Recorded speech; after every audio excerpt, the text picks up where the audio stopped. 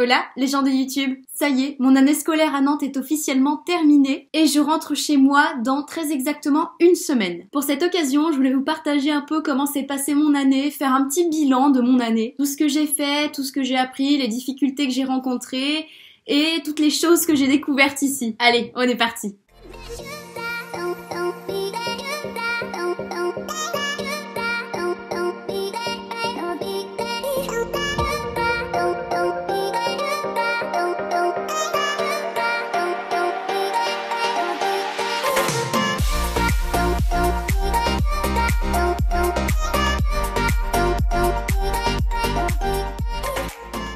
Pour ceux qui ne le savent pas, je viens d'une petite ville de 8000 habitants qui s'appelle Embrun, dans le sud de la France. Et je vous avoue qu'il est clair que passer d'une ville de 8000 habitants à une ville de 500 000 habitants, il y a une petite différence. Léger, hein. Alors c'est clair que vivre en ville, c'est pas du tout mon truc, ça je ne le remets pas en question et je ne le remettrai jamais en question. Mais malgré tout, c'est quand même une expérience à avoir, c'est quand même quelque chose à tester. Alors oui, c'est vrai, si je veux comparer... Quand t'es dans une petite ville, tu connais tout le monde et tout le monde te connaît.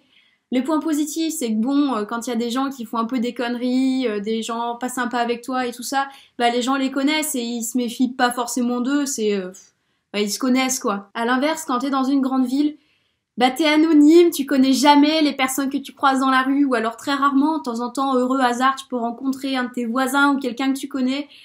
Mais la plupart des gens que tu croises, c'est des gens que t'as jamais vus et que tu reverras jamais. Et malheureusement aussi, quand tu te fais embêter, les personnes qui t'embêtent, c'est pas les mecs un peu loufoques du coin, c'est des mecs que tu connais pas et que tu connaîtras peut-être jamais, sauf éventuellement devant la police. Mais bon là... Aussi, quand t'es dans une petite ville, t'en vois le bout facilement, t'as facilement fait le tour de toutes les rues et tu t'y connais un peu mieux, enfin c'est ton chez toi, tu te reconnais assez bien dans les rues, donc ça va. Mais à partir du moment où tu rentres dans une grande ville que tu connais pas, tu mets un certain temps quand même à te repérer, à trouver quelle est ta rue. Je vais vous dire, Google Maps a été mon meilleur ami pendant toute l'année, hein. Mais il est vrai aussi que quand t'habites dans une petite ville ou dans un petit village, les gens que tu côtoies, il y en a certains qui restent toujours au même endroit. Et il y a pas longtemps, il y avait une fille de mon village, d'Embrun, qui m'appelait et qui me racontait un peu, elle m'a raconté toute sa vie, elle m'a raconté tout ce qui se passait là-bas, et moi je me dis, waouh, mon Dieu, mais ça rien à changer en fait. Ils sont tous pareils, ils font tous la même chose. Il n'y en a pas un qui s'en va, qui choisit quelque chose de différent. C'est comme si on avait un énorme pot de colle et qu'ils étaient tous englués dedans. C'est comme ça que je vois les choses. Et du fait de partir, t'es complètement coupé de tes racines, t'es complètement coupé de tout ça et t'as vraiment l'impression de changer de vie, quoi. C'est impressionnant. Après, oui, il est vrai, du sud à Nantes, il y a aux environs de 900 000 km, quelque chose comme ça. Pas 900 000, hein, mais 900 ou 1000. Bref, pour un premier départ, c'est beaucoup. Je continue de dire que c'est beaucoup. Mais pourquoi pas? Au moins j'ai essayé, je vois que ça fonctionne, alors je ne regrette pas. Ensuite, en ce qui concerne les études, parce que je suis quand même partie pour ça à la base. À la fois, ça a été une période hyper enrichissante et hyper challengeante pour moi. Je me suis beaucoup mis dans la tête qu'il fallait que je sois hyper productive pour avancer, hyper créative, que j'ai toujours plein de choses dans la tête. Et le souci, c'est que c'est pas tous les jours le cas. Il y a des jours où tu te sens moins dans cet esprit-là, il y a des jours où t'as besoin de faire une pause. Et j'avoue que je me suis pas du tout écoutée dans ces moments-là. Et quand t'es lancé, quand je fais des études d'art, t'as des rendus à faire, t'as des deadlines à avoir. Et t'es pas toujours prêt à ces moments-là et t'as toujours cette angoisse de la page blanche qui est hyper présente. Mais on est tous dans ce cas-là, tous ceux qui font des écoles d'art, des études d'art sont dans ce cas-là, donc avec les autres étudiants on se côtoie. Bon, j'avoue que je fais pas de soirée, mais je sais qu'il y a toujours une bonne ambiance dans l'école, globalement, que les étudiants s'entendent bien et moi je trouve ça cool. Après j'ai pas fait un an complet non plus puisqu'il y a eu le confinement, etc. Donc... je sais pas, on va voir l'année prochaine comment ça va se passer. Ensuite, le bilan psychologique. Du coup, j'ai commencé à l'amorcer avec le bilan des études. J'ai découvert qu'il fallait que je me freine un peu quand même parce que, ouais, j'ai vraiment cette mentalité, j'ai vraiment chopé ce virus d'entrepreneur de vouloir être hyper productif, hyper à fond tout le temps. En plus, quand t'es en ville, il y a tellement de choses à faire, que ce soit à l'extérieur, que ce soit avec internet, sur ton ordi, il y a juste énormément de choses à faire et j'ai fait énormément de choses. Je me suis inscrite dans le club de tir à l'arc du nord de Nantes.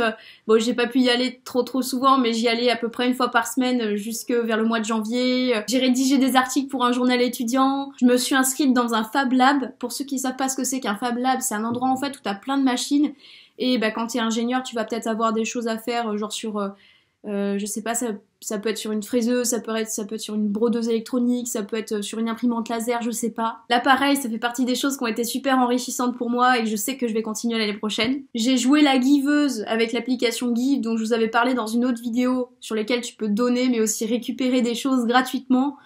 Je l'ai utilisé à fond. Des fois, je passe mes week-ends à ça. Si, je vous jure.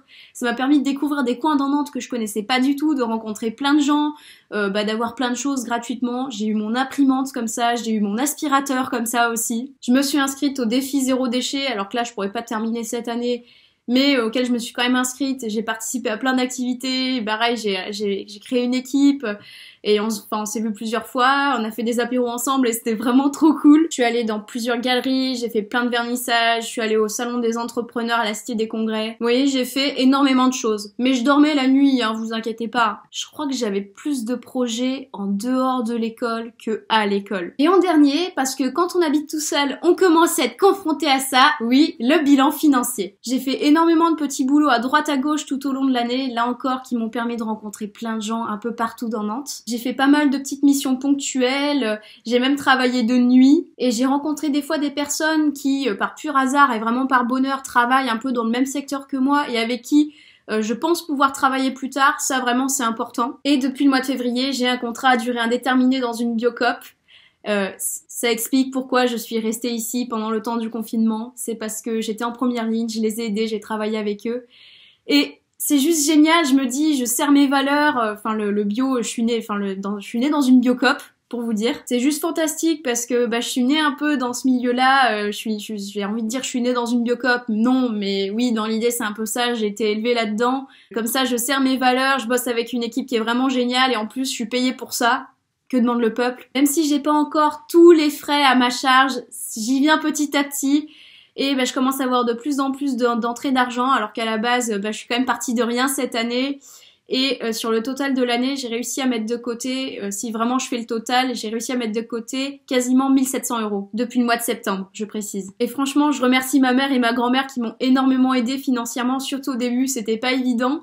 Maintenant, j'y viens petit à petit, mais je les remercie vraiment parce que elles m'ont juste aidée, elles imaginent même pas à quel point.